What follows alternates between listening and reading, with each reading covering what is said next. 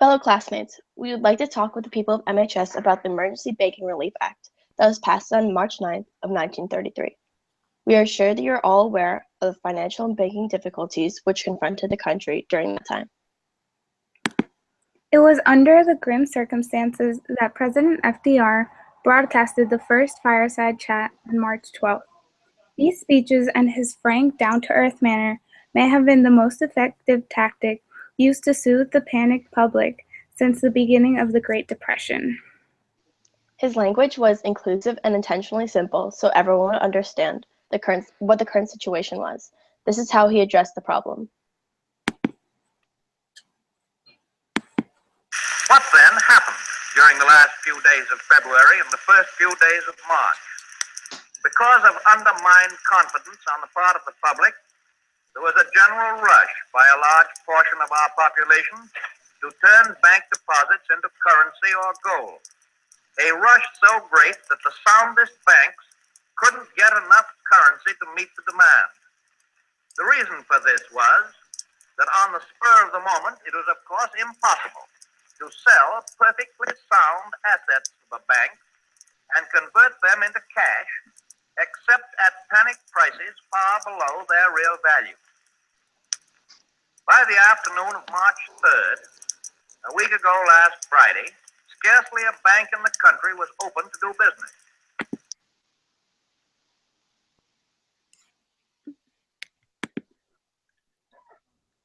Our president's primary objectives were getting people back to work and strict supervision of all banking credits and investments. He declared a 4-day banking holiday which shut down the banking system.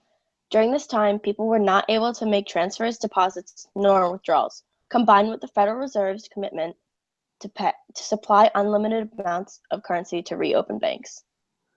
All members of the Federal Reserve System were required to insure their deposits, while non-member banks, about half of the United States total, were allowed to do so if they met the FDIC standards.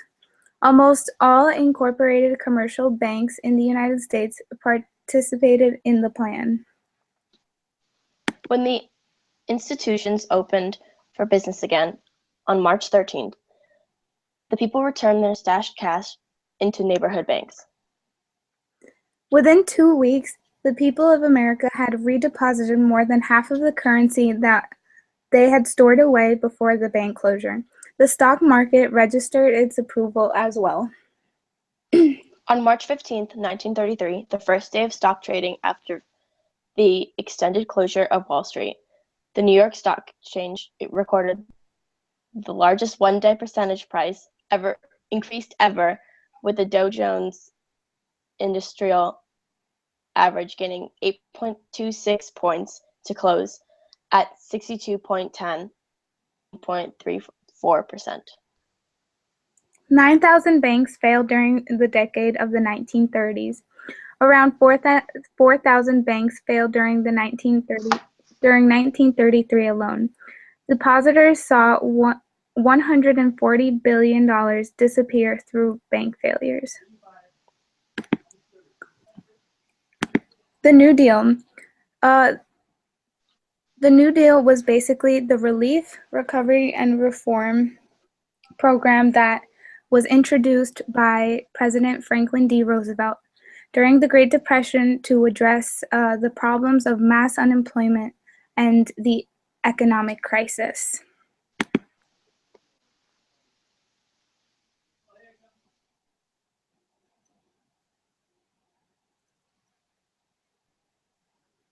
Marissa. What? I thought I was doing the New Deal. Go. Just go. Despite the best efforts of President Roosevelt, the Great Depression. This is not okay. Stop. We're doing so well. Keep going. It doesn't matter. It's fine. Keep going. Just read. Just read. Okay. Deep breath and read. The Great This Depression is the one we are continued. presenting.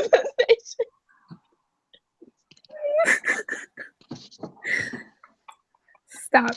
We're doing so well. The nation economy continued to weaken. No, stop. Start Unemployment. over. Start over. Hold on. Oh, okay. Okay. Despite efforts of President Roosevelt, the Great Depression continued. The nation economy continued to wheeze, unemployment persisted, and people grew angrier and more desperate.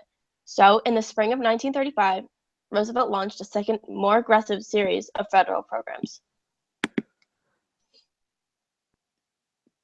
These included the WPA. Oh. It's okay. Go.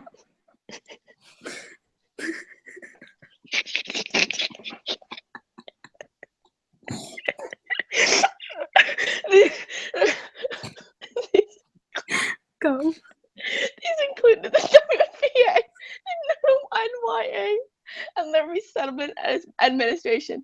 Social Security, however, survived and expanded. All right.